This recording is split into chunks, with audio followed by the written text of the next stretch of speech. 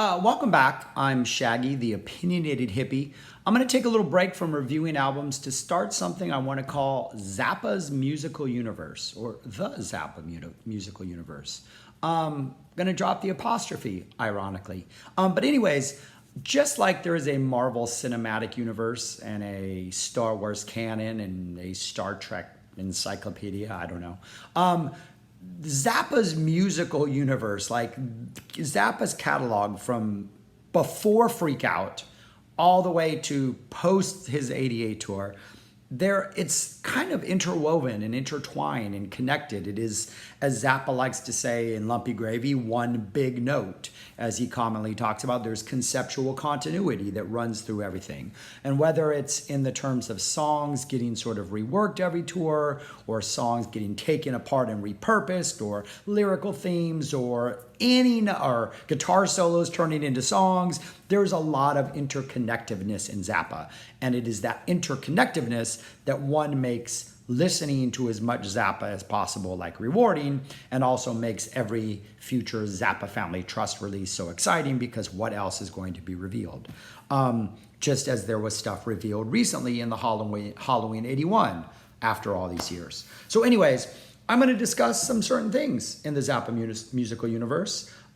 So just to kind of hopefully enrich your listening pleasure and to kind of help you understand why there are people like me who get so into Zappa, and why we do it. So anyways, this is it. Welcome to the Zappa universe. And we're going to start off with our first song. The first thing we are going to discuss is Farther Oblivion.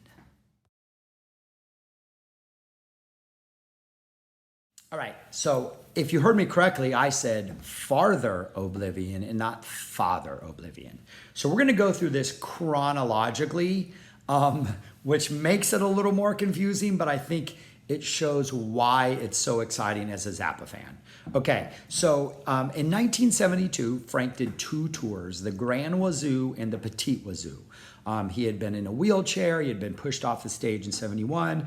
He was in a wheelchair. He started to compose essentially this big band, jazzier music, took those bands on tour. And in the second of the tour, the Petite Wazoo tour, he debuted a song called Farther Oblivion. And this song was typically anywhere from 15 to 20 minutes long.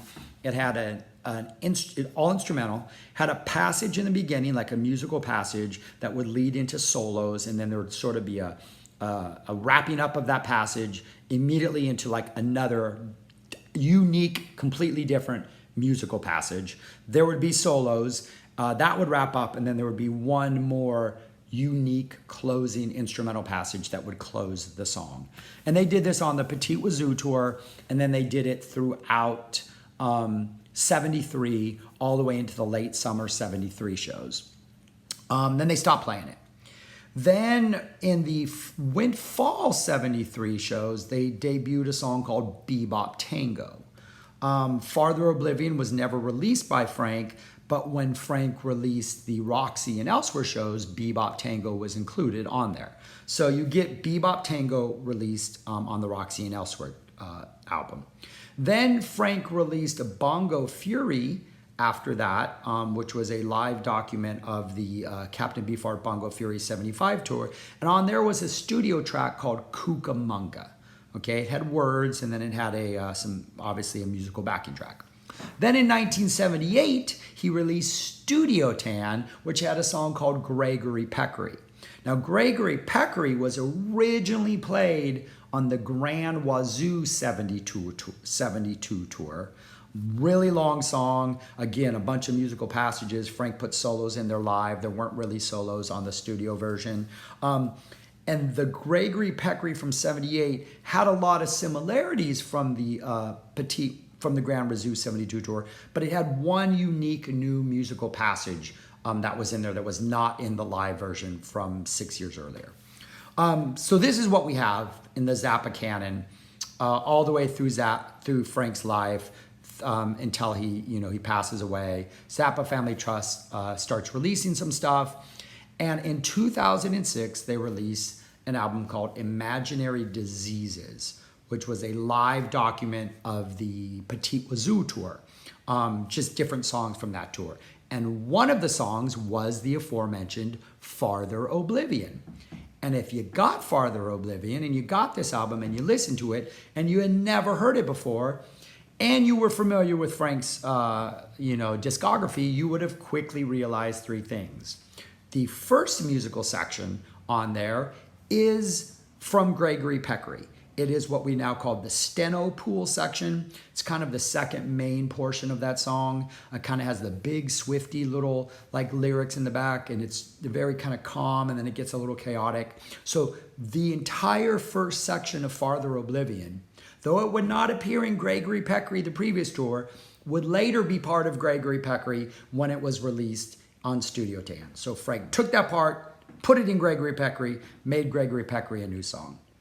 Continue listening to the song, you realize that the second musical portion is actually the bebop tango.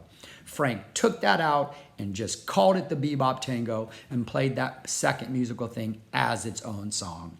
Even with the sort of bebop solo, the trombone solo, I think almost every version in the Petit Wazoo has a trombone solo following it, just like Bruce Fowler would do the trombone solo for those 73 shows.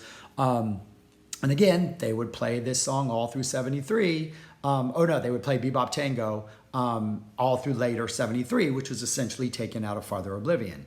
Then, when you get to the final part, if you're listening carefully, you realize that this is the music to Cucamonga. Yes, Frank put lyrics over it, and so it's kind of disguised for a little while, but this is the backing track for Cucamonga. So, Frank would then release Road Tapes number 2, or Zappa Family Trust would release Road Tapes number 2, which has another version of this performed by the August 73 band. So that is just, I think, one of the most interesting sort of deep dives into the Zappa musical universe. Took a song he performed live, never released that song officially, broke it up into 3 parts, and released each of those parts as their own song. And kind of discovering that and like deep diving and having that revelation is one of the things that I think makes Frank pretty exciting.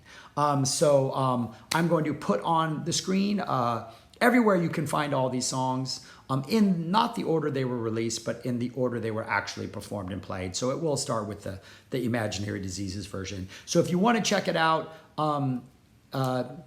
check it out. Let me know if you like it. Let me know what you think. But anyways, that is our introduction into the Zappa musical universe. Take care. Enjoy. Peace.